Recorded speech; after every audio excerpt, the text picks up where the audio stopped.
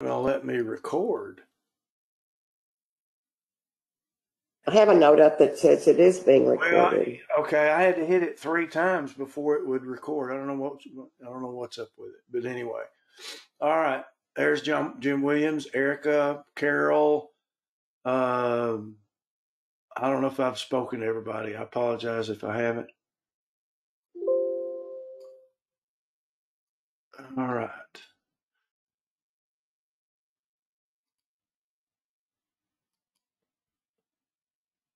Well, what is wrong with this thing? Boy, I'm fluttering. My thing is fluttering and everything else today. I don't know what's going on. Wow. Okay, I don't know what in the world's going on with my GoToMeeting. Are you all, look at that. Okay, did you all see all the fluttering and everything? We did. Yes. It's like mouse is stuck on activate. Oh, my notebook was up on the space bar. Sorry about that. That was all me.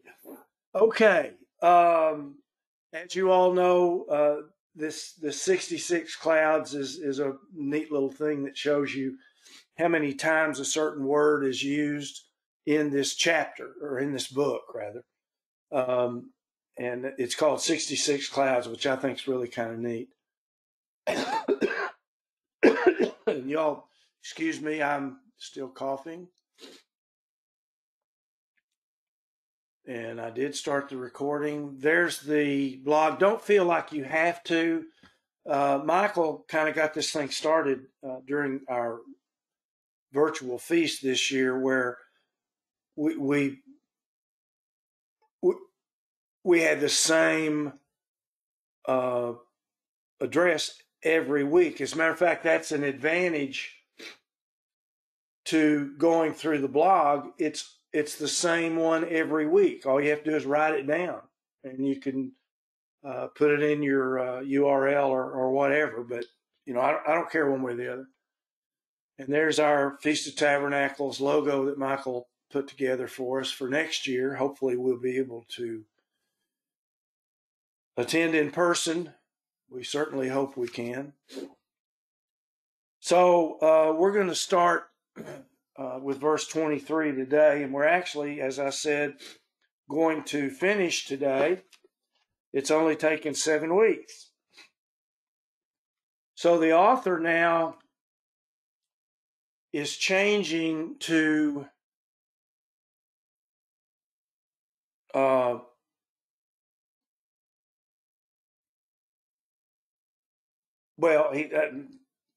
please forgive me. It must be my brain that's affected in addition to my cough. We'll just start in. Moses, this is an interesting thing. By faith, Moses, when he was born, was hidden for 3 months by his parents because they saw he was a beautiful child and they were not afraid of the king's edict. If you read about this in Exodus, it only talks about his mother. Common sense tells you that she's not going to be able to hide her baby for 3 months without her husband knowing about it. So the author of Hebrews kind of clears that up and says when Moses was born, his parents hid him for 3 months through faith. So the faith here is his parents' faith, not his faith, at least not yet. There were a lot of Israelites who were faithful, thousands and thousands, I'm sure, of Israelites who were faithful as they were being slaves in Egypt. So it says that they hid him because they saw he was a beautiful child. Another translation is proper child, pleasing child, elegant child. None of those words, in my opinion, make any sense into being the reason that he was hidden. I think he simply was a beautiful, proper, elegant child. And maybe his parents understood, I'm quite sure they did. They understood that there was more to Moses than a 3-month-old baby, that he was going to be important, that they had faith, that God had opened their minds to understand that Moses was going to grow up and be an important person. Now, they didn't know how. They didn't know, God's plan and how it was going to be acted out, but they apparently knew that Moses was going to be an important person. The faith to put Moses in a basket and let it float down the Nile was his parents' faith. Two different kinds, at least, of faith. One, they had faith that they wouldn't be caught, that God would protect them, that they wouldn't be killed by Pharaoh. And the second was that this little boat of bulrushes wouldn't sink with their son in it as it went down the river. So they must have believed both of those things, and that Moses was going to be an important figure somewhere down the road. In Exodus, as I said, it doesn't say that the parents were involved. It only says that she was. The woman conceived, bore a son. When she saw him, that he was a goodly child, there's another word, she hid him for 3 months, and when she could hide him no longer. But Hebrews says when he was born, he was hidden by his parents. So not that there's a major difference there, but the author of Hebrews clears it up a little bit more. Now, Moses, when he was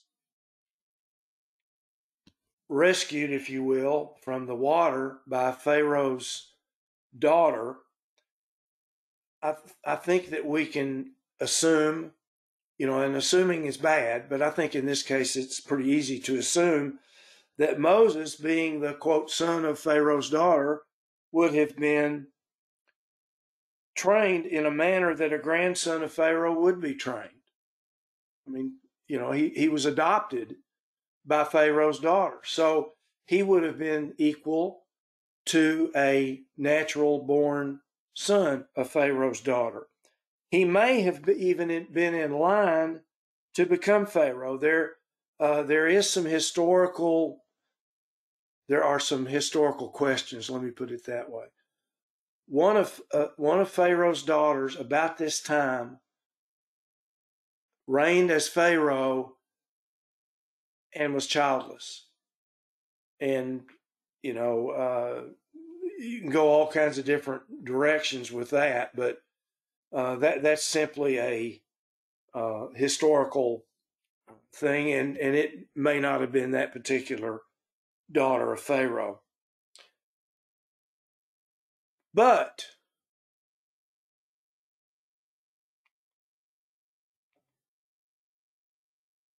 I wonder if I've left the scripture out. Nope, there it is. Okay. So when Pharaoh's daughter found, I'll get my head together here in a few minutes, folks. I apologize. When Pharaoh's daughter found Moses, Moses' sister, Miriam, who was older, had followed the little boat down the river. And so she was there when Pharaoh's daughter found it. And we read this in Exodus 2, verse 7. Then his sister said to Pharaoh's daughter, so she was there, she was talking to Pharaoh's daughter, hey, you want me to go get a Hebrew woman because you know this is a Hebrew child? And she said, sure. And so the girl went and got Moses' mother to help raise him, to be a nanny or whatever, however you want to put it. So I don't think I'm going out too far on a limb to say that Moses' mother taught him about the one true God, taught him about the promises made to Abraham, taught him that Israel, the people of Israel, were God's people. It was, so Moses is being taught two different, he's getting two different educations, one from the palace and one from God. And so it goes on in verse 25. It jumps 40 years in the future. Stephen mentions that he's 40 years when this happens, and says that Moses chose rather to endure ill treatment. In other words, instead of staying in the palace, he left. And of course, Israelites were not treated well. So it says, choosing rather to endure ill treatment with the people of God rather than enjoying the passing pleasures of sin, considering the reproach of Christ greater riches than the treasures of Egypt, for he was looking to the reward. I found the wording of that pretty interesting, that Christ is mentioned. Now, Christ is mentioned in the Greek scriptures in the book of Hebrews, but the Israelites were looking forward to a Messiah. So seeing Christ in the mix here is not all that strange. Now, Moses could have accepted his role as the grandson of Pharaoh and lived as a king, but he chose to leave the comfort of the palace to live as a Hebrew. Now, I've got a couple of pictures to show what kind of stuff that Moses left. This is part of King Tut's tomb. This is solid gold. And this is gold and jewels that were around King Tut's neck. You can see just from these two pictures how much wealth there was in Egypt. And this is what Moses left. Now, among the riches that were found in King Tut's tomb were golden shrines, jewelry, statues, a chariot, weapons, and clothing. The walls of the chamber, I tried to get a picture of that, but I couldn't. The walls of the chamber in which King Tut lay were covered in gold. And his coffin, his sarcophagus, was a three-piece sarcophagus made out of 240 pounds of gold. Just the sarcophagus, not counting all the other stuff that was in there, would be worth over $5 million today. That's how much wealth there was. But Moses chose to leave all of it behind. He saw the promises to Abraham. He saw the promises to Abraham's descendants. And he felt like those, and correctly so, were a much more worthy treasure than all the gold in Egypt, for all the gold in the world, for all the jewels, all the riches in the world. God's promises to Abraham, which is what Moses was aware of, were so much more important. Excuse me. This is where Stephen tells us that he was 40 years old. Now, Moses had seen the bitter bondage of his brethren, even while living in the palace. You know, he probably got out in his chariot and drove around or looked out the palace window, and maybe without even knowing it, he decided to do something about it. He had heard the promises of God. He had heard that Israel would someday escape the slavery of the Egyptians, and he had faith that God would do as he promised. Now, it doesn't seem that he knew what part he would play. I mean, he went out to the desert for, 40 years, I guess. But he believed God would do what he said. Now, the comment about the reproach of Christ that I read a minute ago here is probably referring to something that the Israelites knew, and that is Genesis 3:15. Now, they didn't have the book written down at this point, but they knew that God had said that he would put hatred or a fight, enmity between you, speaking of Satan, the serpent. I will put enmity between you and the woman, and between your seed and her seed. It shall bruise your head, and you shall bruise his heel. Most scholars believe that Genesis 3:15 is referencing the Messiah, referencing Jesus Christ. They didn't know that back then, but that's what most scholars believe it was referencing. Now I want to go back to 11:26 again. Considering the reproach of Christ greater riches than the treasures of Egypt, for he was looking to the reward. What reward? The reward of eternal life. You remember, Jim, last week when we were talking about how did they know, he mentioned, well, there was the tree of life, and there were the two messengers that were put at each entrance of the garden with flaming swords to keep anybody from going back in and eating of the tree of life. Now, I want to say this. You all might as well get used to the fact that this is what I believe. I don't know that there were two trees.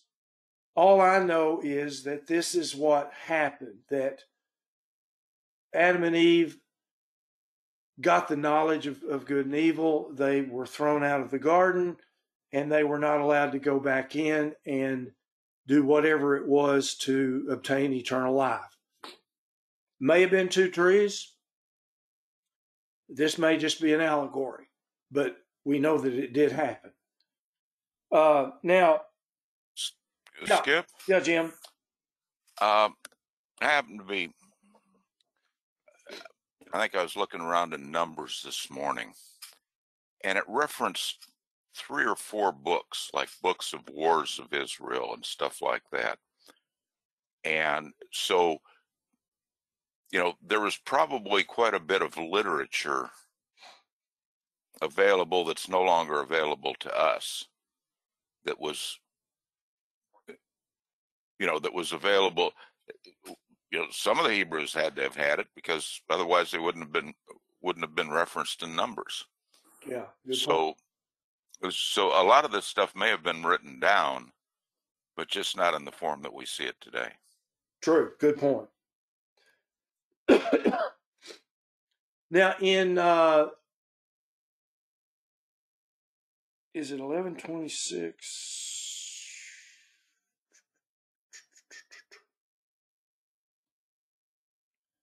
Maybe it's 11:27. Nope. I just got a text from Mark. We're at the kids' house in Texas. Have a good study. So Diane had mentioned that. And I don't have this verse for some reason. I don't know why I didn't get it down, but there's a phrase, recompense of reward. And I'm not sure exactly where that is. I meant to put it in here, but I didn't. But I can tell you what it means. The word recompense is misthapadosia. I'm not great at pronouncing these words. It means that a recompense of reward or also could mean a punishment. Recompense can be either way, either a good reward or a bad reward. And acts of faith that we're reading about in this chapter show a choice between the temporary pleasures of the world. In Moses' case, we just read about some of those, and a permanent blessing down the road, Christ's return. Moses recognized that the wonderful reward of eternal life had an opposite position, that of eternal death. They knew this. back then. Like what Jim said, they had lots of other books. Now, it says he left Egypt. This one's kind of interesting to me. By faith, Moses left Egypt, not fearing the wrath of the king, for he endured as seeing him who is unseen. He endured as seeing God, as knowing that God exists and so on. And he did see God. He did talk to him face to face at the burning bush, and I'm going to presume at other times in his life. But it says there that he did not fear the wrath of the king. So that brings up a question, or begs the question, why does the author of Hebrews say Moses did not fear the wrath of Pharaoh, but in Exodus it says he was afraid? Exodus 2:14, but he said, and this is after he had killed the Egyptian that was beating up one of his brethren, and this was like the next day, and he's talking to a couple of Israelites, and they said, well, who made you a prince or a judge over us? Are you going to kill me as you killed the Egyptian? So he knew he'd been caught. And it says, then Moses was afraid. But in Hebrews, he says Moses was not afraid. Skip? Yeah, Barb? Well, it seems that it's not really referring to the fear of Pharaoh. His fear seemed to be kind of in general that he was caught. He thought he got away with the killing of the Egyptian, but his fear started when he was discovered. He was discovered that he had killed the Egyptian. I think that's where the fear came from. Okay, but what's he afraid of? Is he afraid of an Israelite, a slave? He's Pharaoh's grandson. And the next verse in Exodus says that he was afraid. Pharaoh heard of it. Yeah. And thought to slay him, and he was afraid. So yeah. So I see what you're saying, Barb, but I think he was afraid of Pharaoh. I don't know what the NIV says, and I know that's your that's the version that you generally are using. But so here's what I think is going on here. Now, this is just my opinion, and it means nothing. Moses left Egypt twice, didn't he? He left once right after this, but he left again with an entire nation. So while it's not in chronological order, it may be that what the author of Hebrews is saying is that when he left with the nation, he was not afraid. Now, that's the way I choose to understand this. Anybody got any other thoughts on that? No, you're right. That's a good. Go ahead, Michael. Point. Or Barb. I don't care. One of you go. Just a good point. That's a good point. Michael? Yeah, I'm just thinking it had to do with chronology. It's entirely possible as far as the chronological order that he was afraid because he slew the Egyptian and the law required his death for such a crime. And then it became known. He realized other people, recognized the fact that he was responsible. So he was afraid of what the penalty was. But then when you look at the conversation he has with Yahweh at the burning bush, the Lord tells him not to be afraid because he's going to be with him. So that's where your faith comes in. And as far as chronology goes, and then that fits in what you said about him leaving with the nation of the Hebrews out of Egypt. So I would imagine that he stopped being afraid after God told him not to be afraid because the Lord was going to be with him.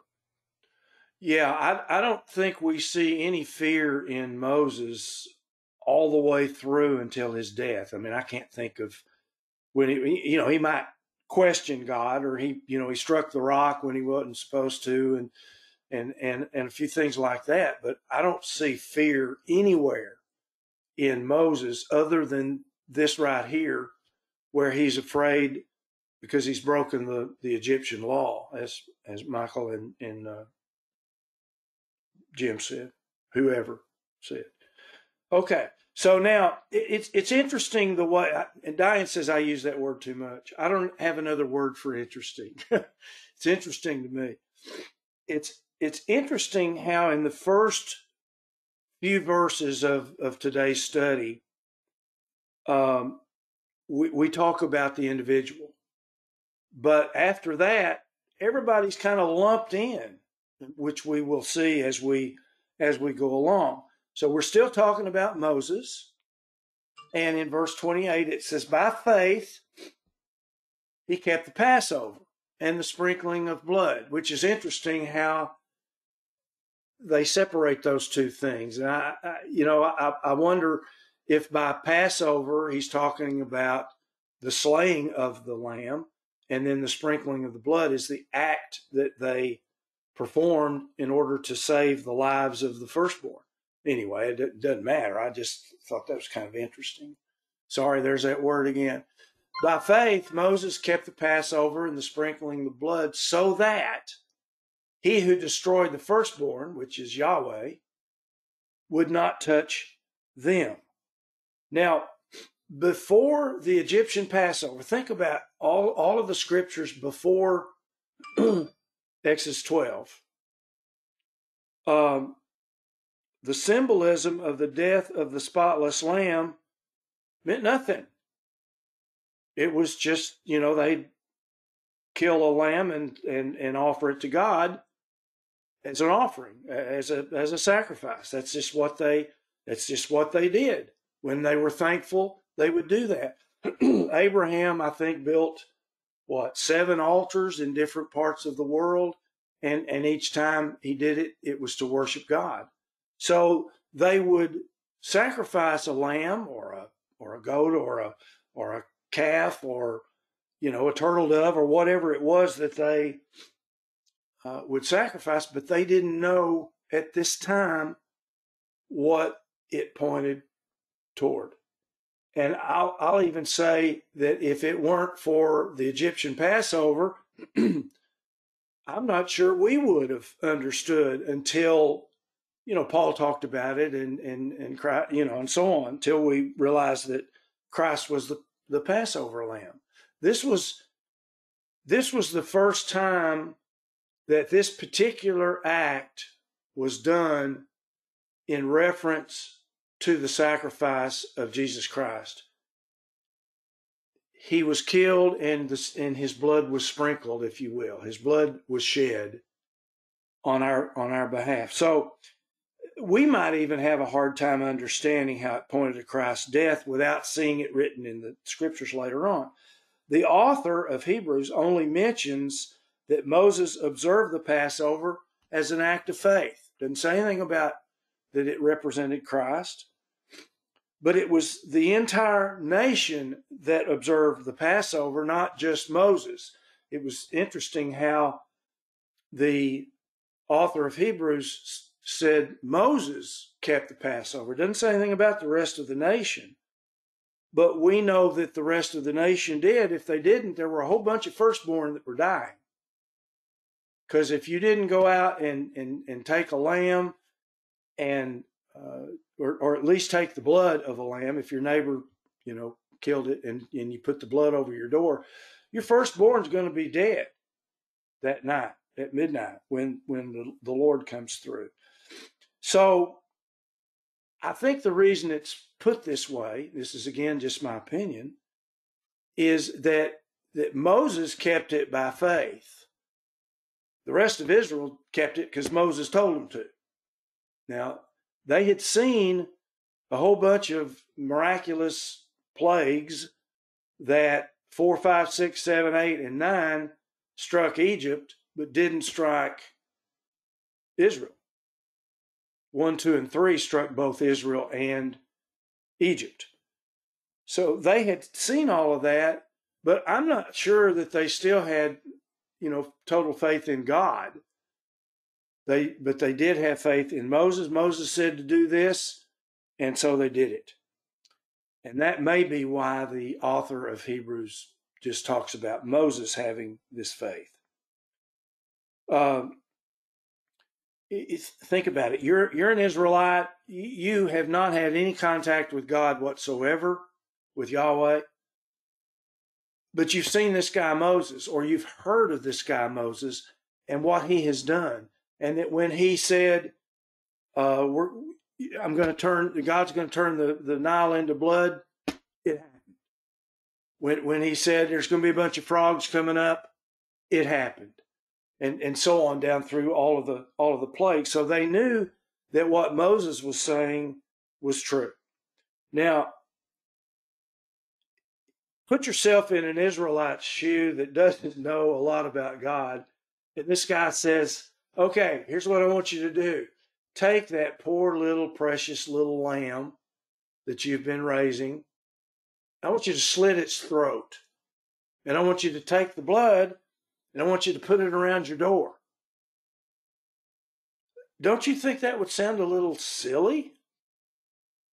But yet you would do it because this guy, Moses, had done a lot of things, and he said that he was doing it, that God was doing it through him. So anyway, so they didn't understand why, most of them most likely, but they did it anyway. Now, the Israelites did have faith in God, but it was an ebb and flow. They had faith in him one day. They didn't have faith the next day. They had faith until something bad happened, and then they don't have any faith anymore. It ebbs and flows, but at least sometimes they did have faith. Now, this is a biggie right here.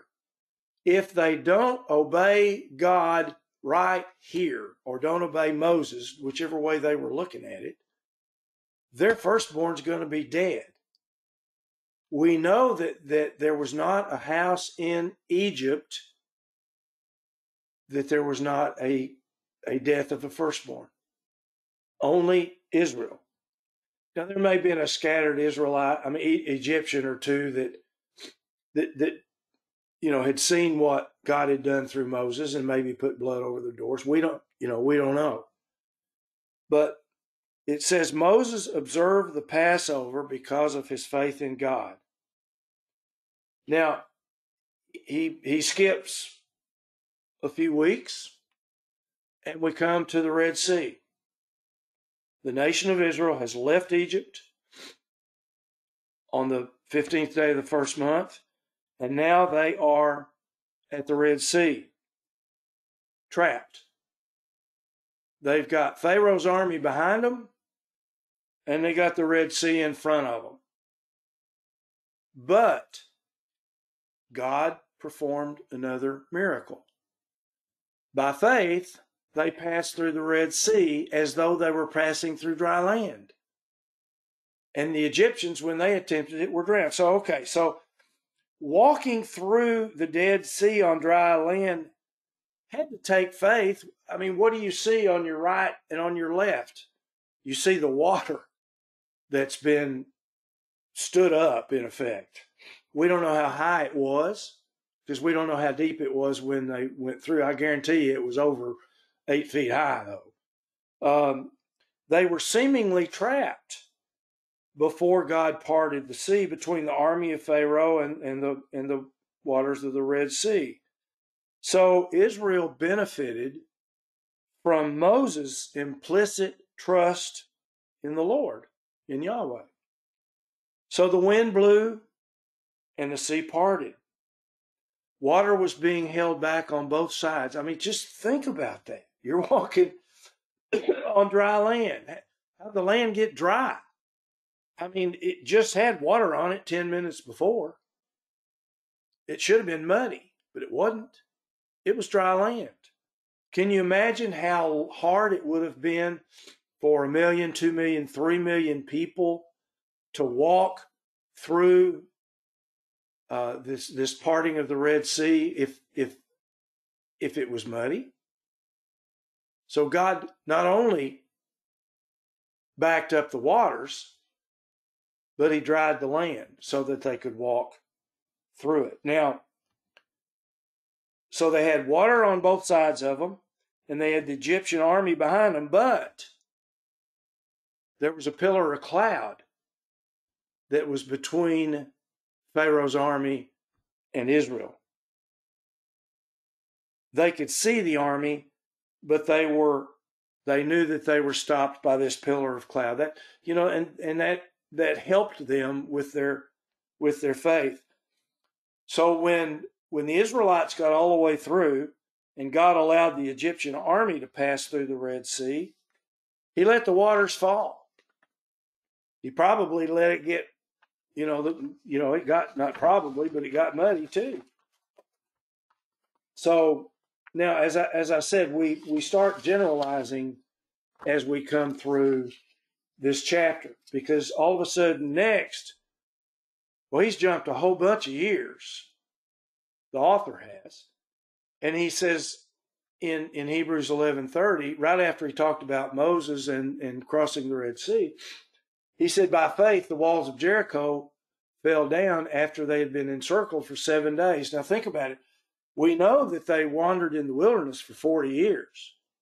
So this is, 50 or 60 years probably. It's at least 40 years after they crossed through the Red Sea. So for some reason, and I don't know why, but the author does not mention Joshua here. And yet this story of Jericho is in the book that Joshua wrote. But it's implied that this is talking about the faith of Joshua, including the faith of some other people, which we'll get to here in just a second. The author is, in my opinion, obviously speaking of the faith of Joshua, but doesn't mention him. And of course, others, walking around the city for those 7 days. Joshua 6, verses 1 and 2. Now, Jericho was straightly shut up because of the children of Israel. Okay, so when Israel got to Jericho, they shut the gates,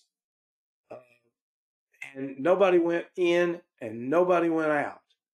The people were basically prisoners, but they were doing it for their own safety because they had heard, I'm quite sure, of some of the things that God had done for Israel. And Yahweh said to Joshua, look, I've given you this city and the king and their fighting men. So humanly speaking, now this is going to remind you of Noah, but humanly speaking, and this is Skip's thought again, which doesn't mean anything, the people of Jericho must have had a big laugh when they saw these crazy people walking around the city.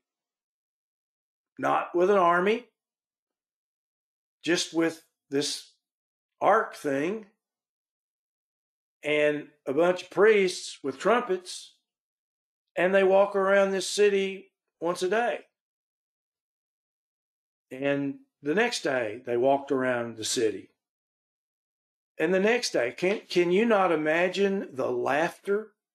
How funny the people of Jericho must have felt, how much must have thought this was. Now, again, it doesn't tell us that, but just humanly speaking, I don't see any way that Israel walks around without those people laughing at him. But on the seventh day, they may have laughed even more because they walked around the city 7 times.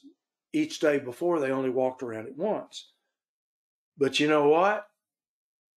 The laughing stopped when the priests began to blow their trumpets and the walls began to shake. Now, here again, he's a little bit out of chronological order when we read Hebrews 11:30 and then 11:31. He talked about the walls of Jericho falling down. Well, the walls of Jericho didn't fall down before verse 31. Rahab did not perish along with those who were disobedient after she had welcomed the spies in peace.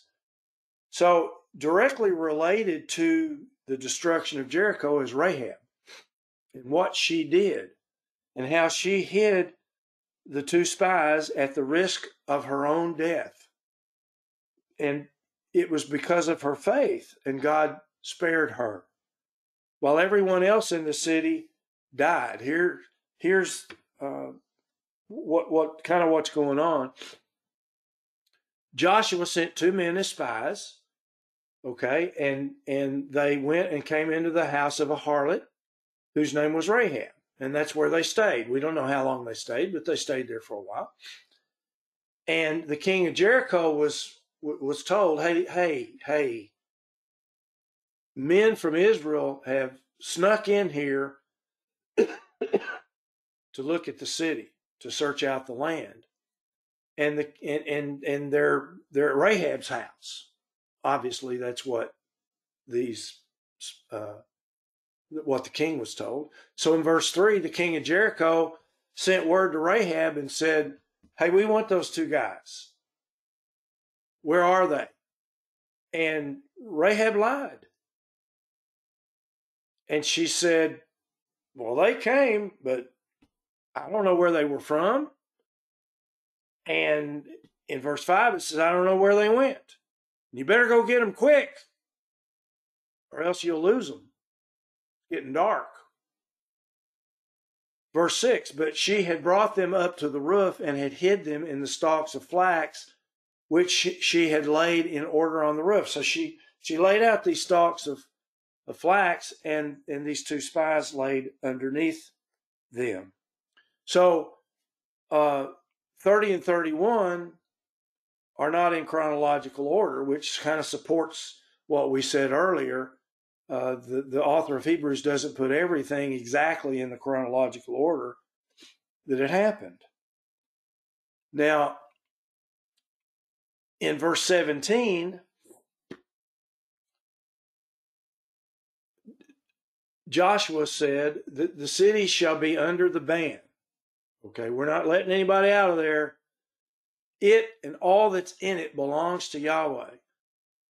Only Rahab, the harlot, and all who are with her in the house, so her family too, whoever was there, shall live. Why?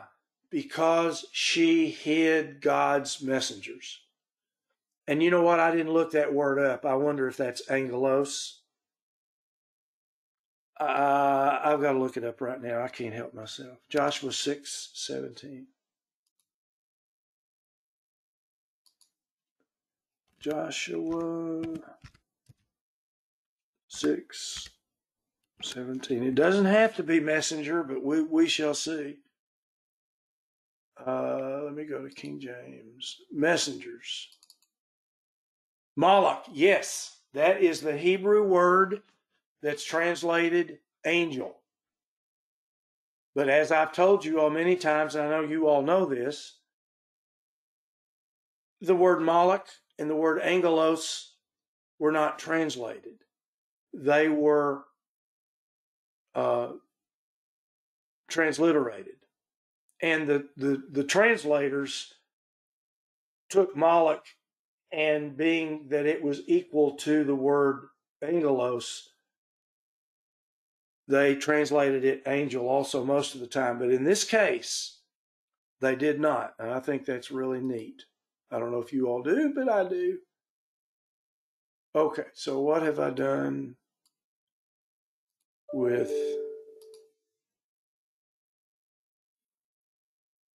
There we go.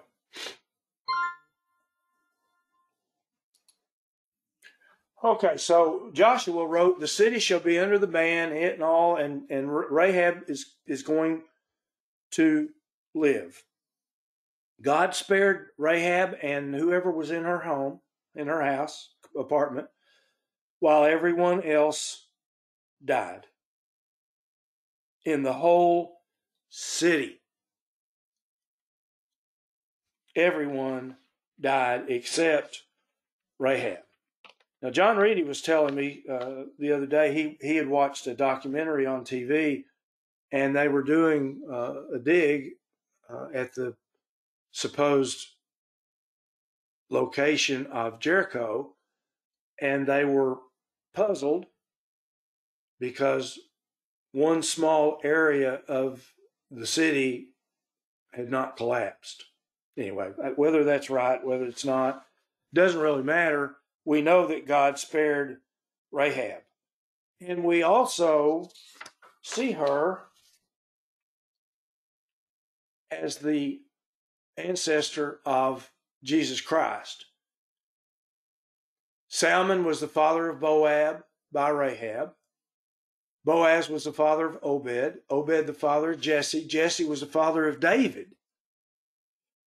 David the father of Solomon, and so on down to Jesus Christ's mother.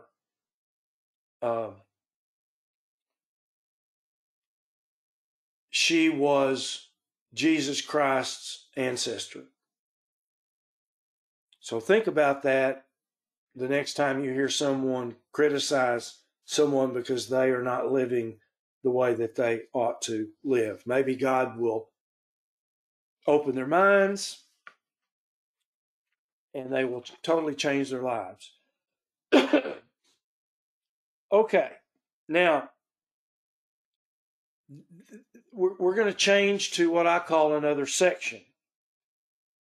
And like the author of Hebrews, and I'm not saying I'm like the author of Hebrews, but like something the author did, I'm not going to go into great detail about the people that the author mentions in the next section.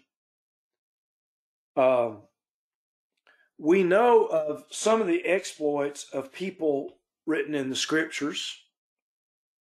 David and others would be well known to conquer kingdoms, to do the things that are in these verses, 32 through 38. Conquered kingdoms. David and others would be known to conquer kingdoms, other kings. Daniel and Samson would fit to shut the mouths of lions. Shadrach, Meshach, and Abednego would fit to quench the power of fire. Elijah raised a boy from the dead, and we know others did too. Isaiah, it is said, was sawn in two, and we can find many others who fit these comments of and characteristics of the people in these verses 32 through 38. Now, what he says here, he says, and what else should I say? I've been talking about these people all through this chapter for 31 verses. Well, he didn't know it was verses, but, for a while. And I was talking specifically about them. And you know what? If I keep doing that, this book is going to go on forever. And so for whatever reason, and I think it was because he didn't want to go on forever, the author of Hebrews said, okay, I'm going to cut this short, and I'm going to get pretty general here instead of being talk specifically about these people. And he says, what more shall I say? And then he generalizes. For time will fail me if I tell of Gideon, Barak, Samson, Jephthah, David, and Samuel. When he says, for time will fail me, he says, it's going to go on and on and on and on and on. I don't have time. I may be dead by the time I get this thing written. I'm being a little facetious there. And so he talks in generalities of these people and the acts or the characteristics of them. And so I'm going to jump to verse 39. Oh, I'm sorry. This is women received their dead back. Others experienced mockings and scourgings, chains, imprisonment. They were stoned, sawn in two. That's Isaiah, they say. They were tempted, put to death with the sword. And they were not wealthy people. They went about in the animal skins of animals, I'm assuming, that they had sacrificed for God, to God. They were in sheepskins, in goat skins. They were destitute. They were afflicted. They were ill-treated. And even though the world would not have thought much of these people, verse 38 says, the men, these men and women of the world, of whom the world was not worthy. Even though they were poor, they were even destitute, worse than poor. Lived out on the, sometimes they lived on the street, sometimes they lived out in the wilderness, sometimes in the desert. It says they wandered in deserts and mountains and caves and holes in the ground. Verse 39. He's talked about all of these people, got specific about, he talked about Abel, Enoch, Noah, Abraham, Sarah, and even Moses, some, a little bit, talked specifically about them and about their faith and what they did and how they showed their faith to us. God knew they had the faith, but the words are written so we would know that they had faith. So in verse 39, he says, and all of these people I've written about before now, having gained approval through their faith, did not receive what was promised. Now, they did receive a promised land, though, didn't they?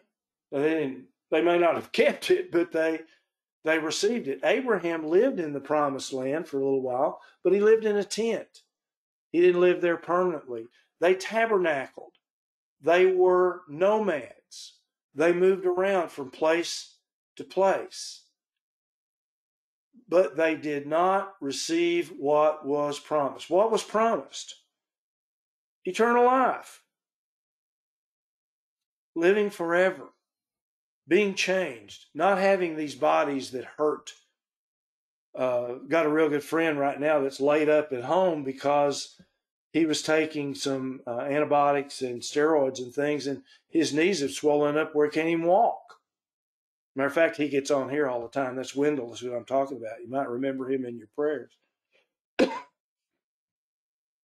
So the author puts a strong emphasis on the fact that all of these people, the ones mentioned in chapter 11, but many others also, were people of great faith.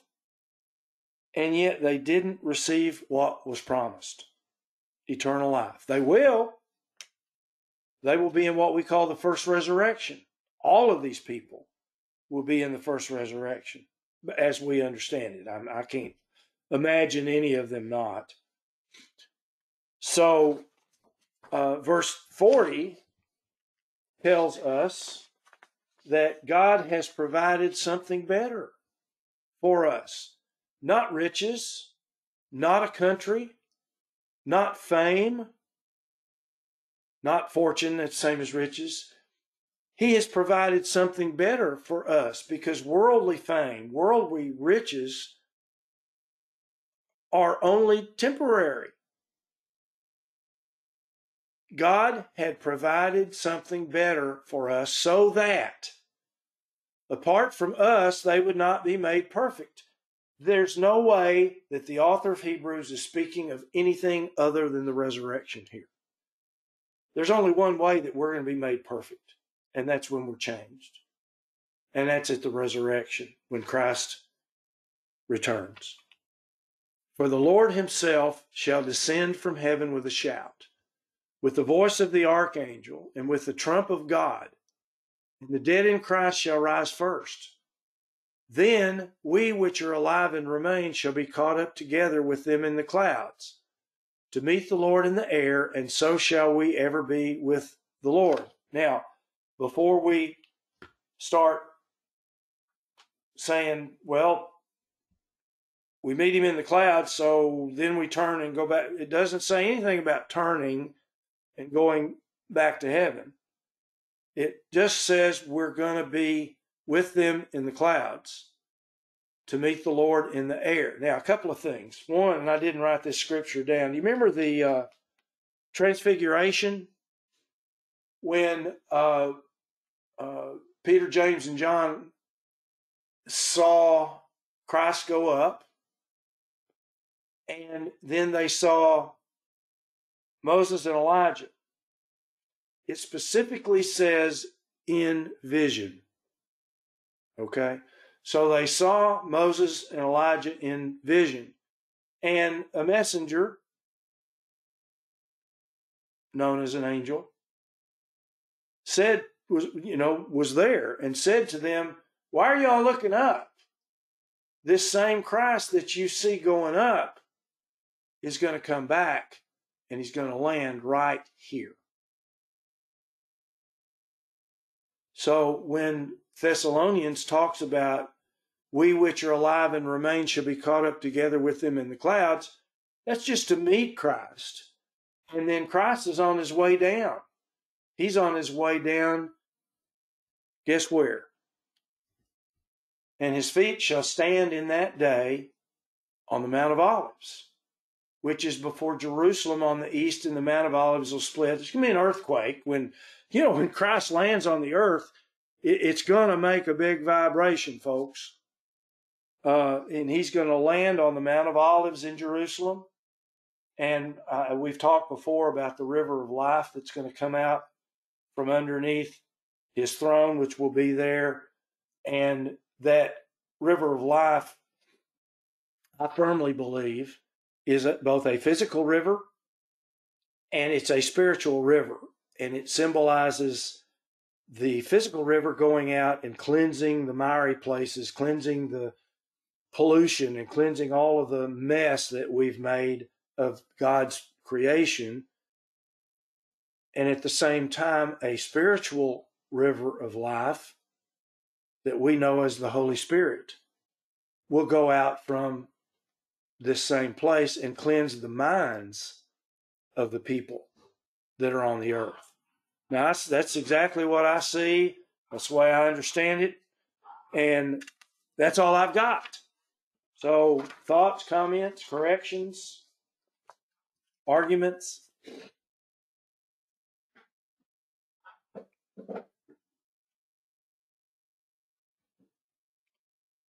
Okay, now don't everybody speak at once now.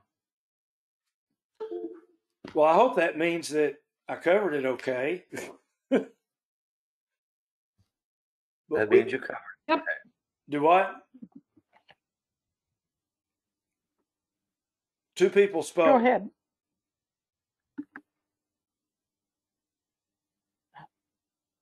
All right, I'll speak, I guess. In verse 35, it doesn't say salvation, does it? It says better resurrection. I don't know if I heard you say that.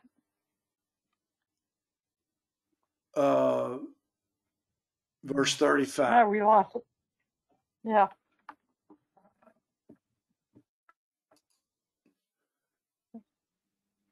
Yeah, did I say salvation? I did not mean that. Thank you, Barb. Well, I don't know. I don't remember you saying better resurrection.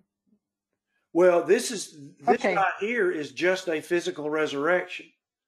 Like Elijah raised the little boy. All the people that were resurrected when Christ died, it was just a physical resurrection. It's not the resurrection when Christ returns, as I understand it. Because the author here is speaking of something that has previously happened. So this is not the first resurrection here. But Well, verse 35, the end of that sentence. Yeah, they didn't accept their release. In other words, they had faith. They did what God wanted them to do, so that in the future, when Christ returns, they might obtain a better resurrection, which we call the first resurrection. That would be salvation. This is part 2 of verse 35, right? Right.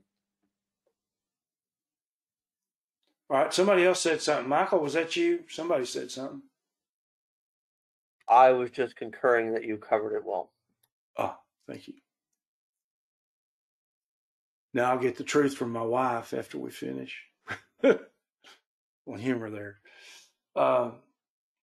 Okay. Well, I tell you what, chapter 7 was certainly a lot of fun for me. And boy, did I learn a lot. We spent, let's see, at least 18 hours on 40 verses. But I don't know, that may be about average. One week we spent 2.5 hours on 2 verses. I remember that. So, all right, anybody else? All right, well, next Sabbath. I wonder. Yep. Go ahead. I wonder if we could have understood any of this without Hebrew. Oh, isn't that the truth?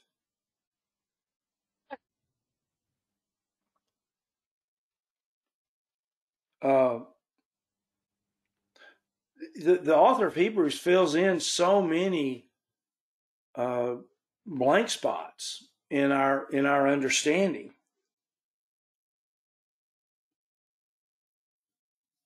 Sorry, I'm writing something down. Go ahead if somebody wants to say something.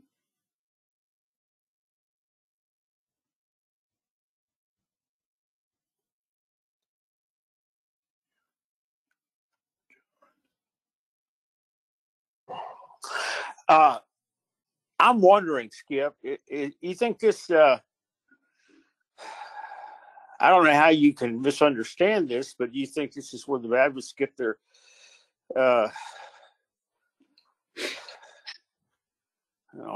Rapture?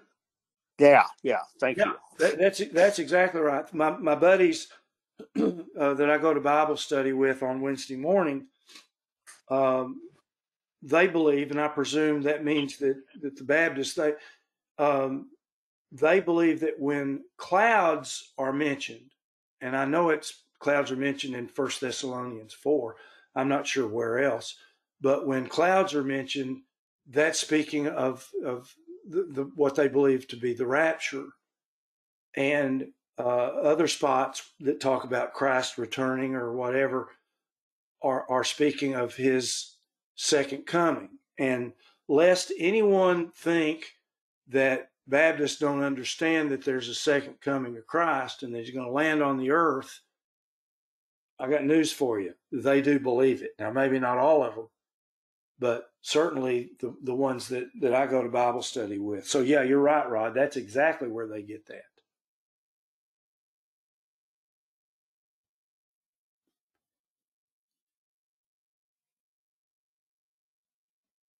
Y'all, excuse me, I'm still writing something down. Well, I've lost my glasses and I can't hardly read. I've got some readers on now. I can't, makes me so mad. I can't, I've looked for them and just, Well, I know how you feel if I don't have my glasses. All right, anybody else? Okay, prayer requests. Does anybody have any that you want to add to our list? See, Michael puts them on our website, which, by the way, it's easy to remember. It is BibleHomeFellowship.home.blog. It's real simple. You can go there and you can click on, go scroll down to where it says to join us. I don't remember what it says. Click on that. And if Michael or I have the go to meeting started, which generally we will, it will bring you right into our study. So just remember Bible Home Fellowship, which is what this is, .home blog, and then scroll down and click on that, and you're here. And it's the same number every single week. As a matter of fact, I think it just says skip, doesn't it, Michael? I haven't seen it today. It changes. But yeah, it may be that. Yeah, you could copy the email that Skip sent you this morning and keep a copy of it, because that code number that he gave you, that link will be the same exact link every week.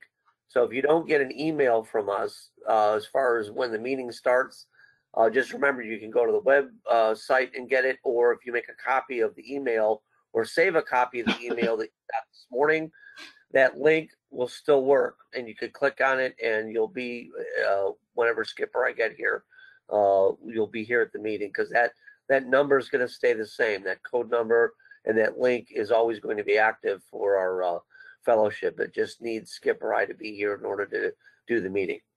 Yeah, and I'm going to get in the habit of starting the meeting around 10:15 or 10:30. So it's there, and you can join. And like Michael said, you just have to wait till one of us joins. But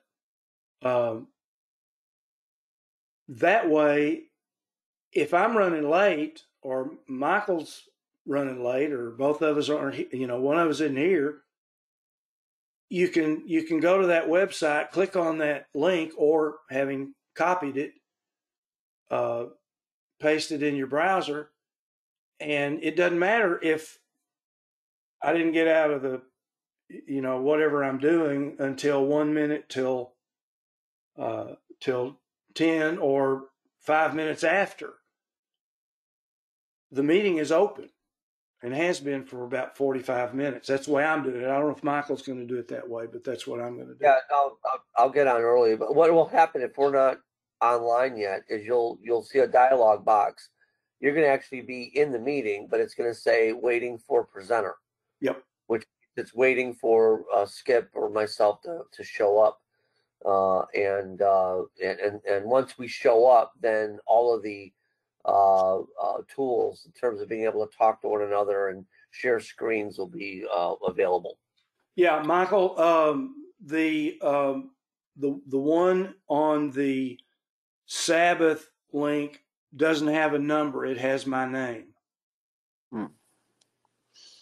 Are you changing? You're not changing this the time we meet, are you?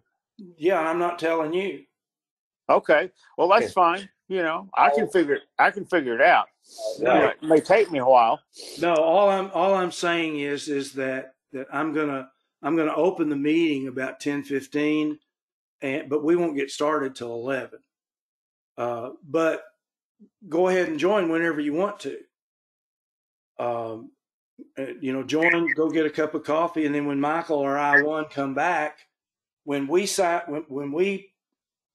on ourselves, the meeting is started at that point, and we can talk to each other and whatever.